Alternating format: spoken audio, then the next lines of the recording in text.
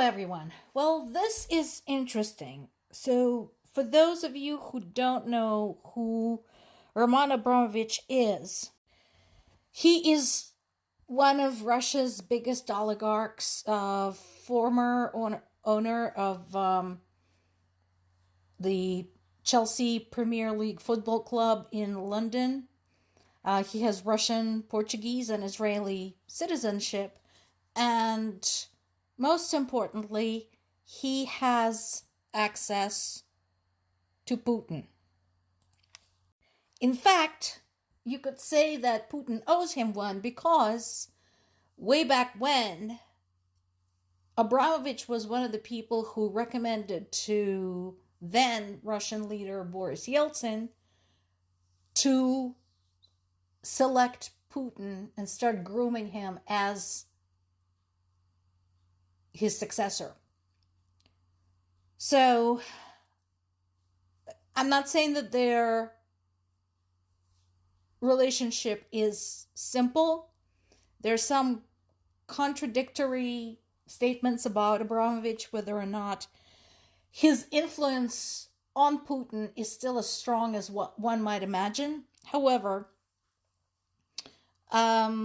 he's believed to be part of Putin's inner circle. And so, in a very risky move, Abramovich apparently agreed to take a message to the Kremlin as a favor to Zelensky. Now, this is something I don't know, and I'm not going to share the information I don't know, and I'm not going to speculate. I don't know what the relationship is between Zelensky and Abramovich, why Abramovich is so interested in taking this mission upon himself.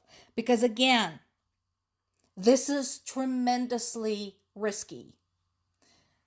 For all the talk of benefits and inner circle, everybody knows that it is very easy to fall out of favor with Putin and then fall out of the window. So this is dicey. So apparently Abramovich came to Kyiv on his own free will and volunteered to take a message from Zelensky and personally give it to Putin. So we'll see what happens.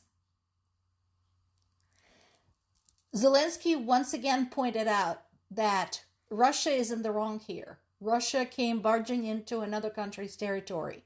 Russia annexed illegally portions of Ukrainian territory. Russia claimed false pretenses for doing so.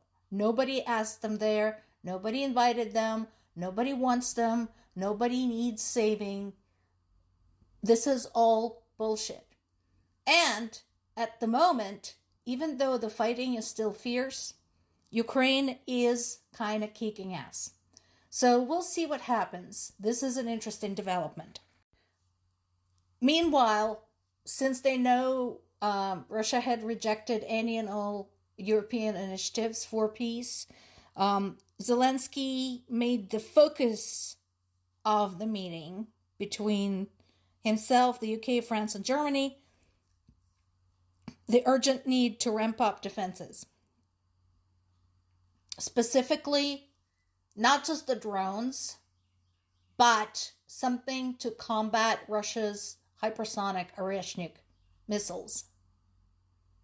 Because that right now is one of the weaker spots in Ukrainian defenses, is fighting the hypersonic ballistic missiles.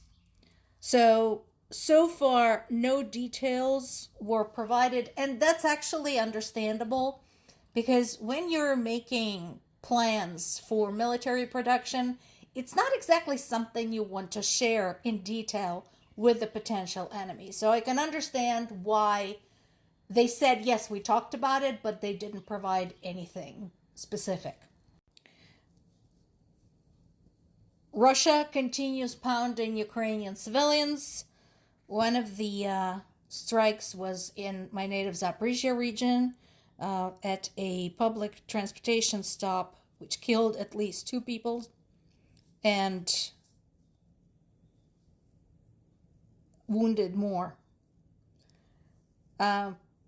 Something else is happening in the vicinity. Moldova's president, Maya Sandu, has emphasized the need to ramp up Moldova's defenses because they get shit flying over the border even more than Romania. Again, pull up the map, see where Moldova is. You can see that, right? It's right flipping there. And Moldova's problem is that it is not a wealthy state. It is not a powerful state. It is currently applying for EU membership. Their goal is to be part of the EU by 2030, but we all know that that is a long and complicated process. Meanwhile, we already know Russia had threatened Moldova, and Russia has military bases in Moldova. So I agree with her. This is definitely a priority. Now, it's not all bad. So, once again, in May, Russia made no net progress as Ukraine had recaptured more territory. And this is according to Ukraine Chief Commander General Syrskyi. Now, it's not a lot.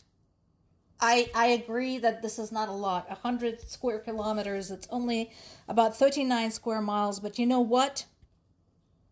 You know what? We'll take it.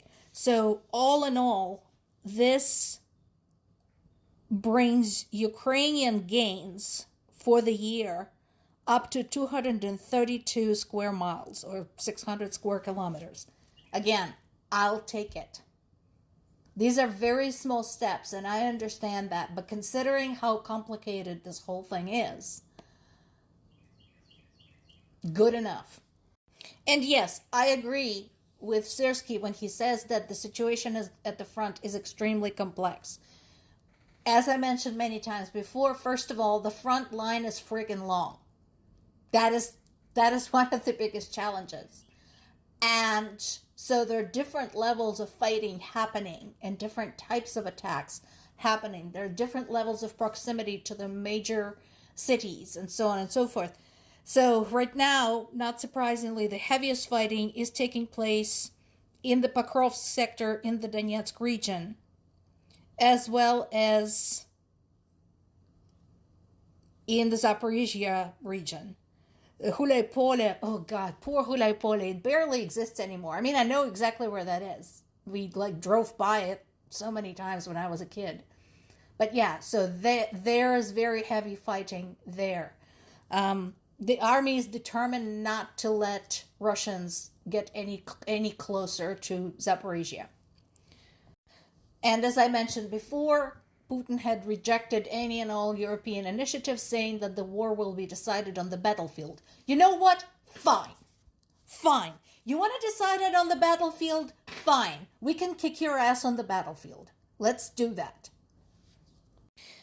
And French fighter jets participating in NATO's Baltic Air Police mission had to be scrambled and successfully shot down a drone that entered Latvian airspace. Finally, instead of escorting them out or wondering what the heck it is flying through their airspace, they're finally starting to take action. Good job, guys. A little expensive. You still have a lot to learn from Ukrainians. You don't need to be scrambling jets every time to shoot down a drone because that's expensive. But hey, it's something. And Ukraine is not sitting still. They struck another oil depot, an oil transmission and control facility, several military targets. So that also includes the radar stations. Remember, we talked about the importance of the radar stations. That basically renders whatever Russians have in the air mute, deaf, and blind. So this is all good news. And once again, the occupied territories are becoming increasingly hot to hold on to for Russians. More to come.